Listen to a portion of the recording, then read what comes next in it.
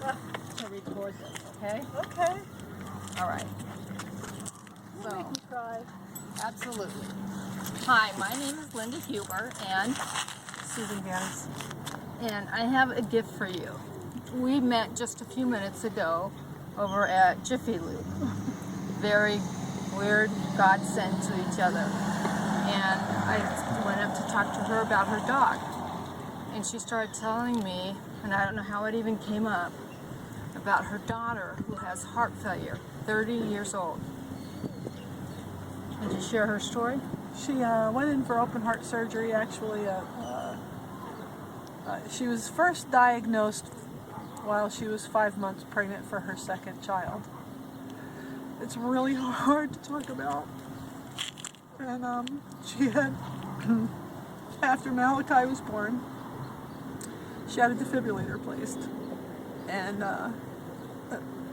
the septum of her heart measured at 29 millimeters of thickness, which wasn't allowing her heart to pump like it should, and it obstructed her mitral valve.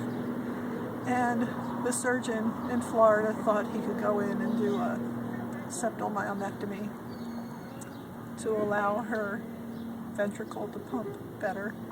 And she went into complete heart failure and passed away 3 days after her surgery. And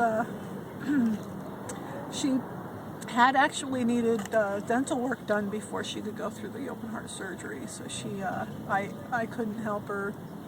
It was going to cost well over $3,000, and we couldn't gather that much money.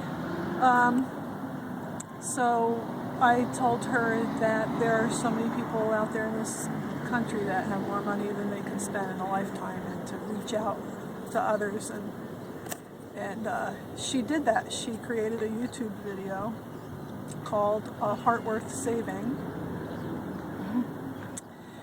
And she met a dentist actually through that video that wanted to perform all the dental work for her at no cost. He was in El Paso, however, and she was in Florida. And once he received the paperwork from her cardiologist, he didn't feel comfortable with her traveling. So he sent her a check to get the work done, which was very kind.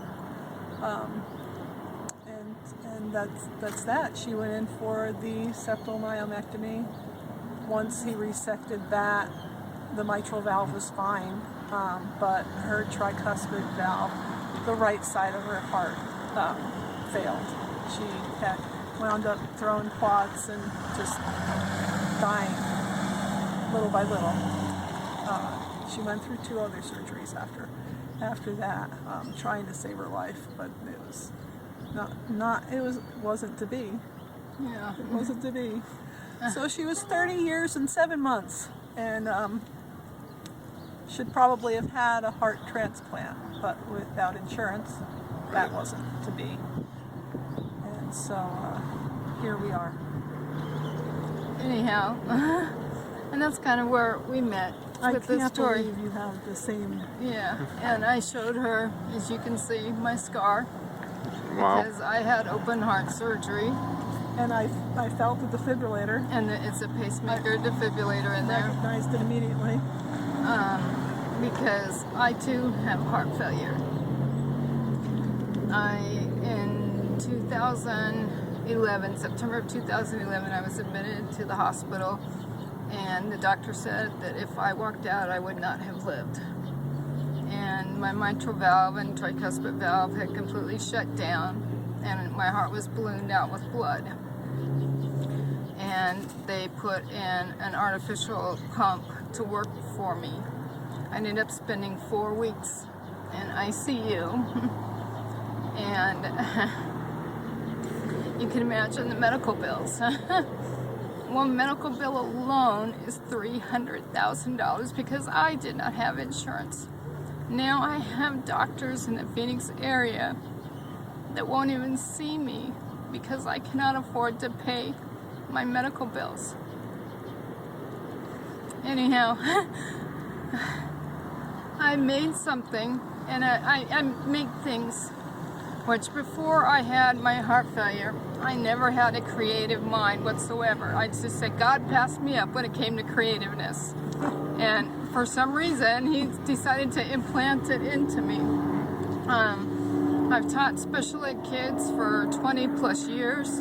I've coached volleyball and softball at Copper Canyon, CC, Go Aztecs, and the girls in the year of 2009, the volleyball team, all wore red ribbons on their tennis shoes that said, "We believe Coach Huber."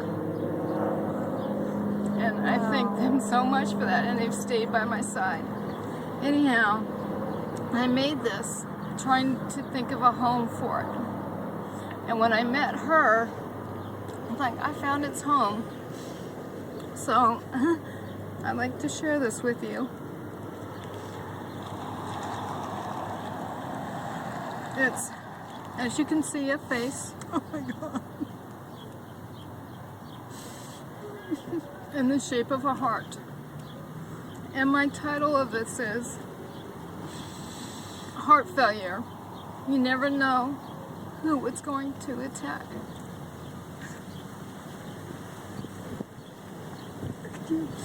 And so this is my gift to you.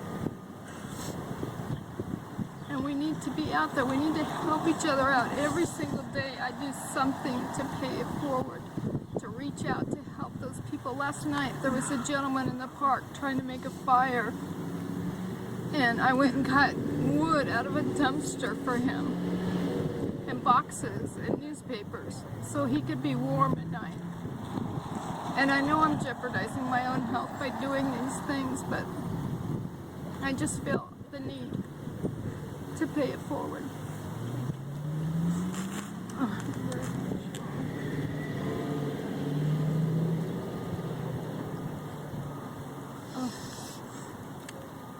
Thank you, sir, for doing that. My daughter's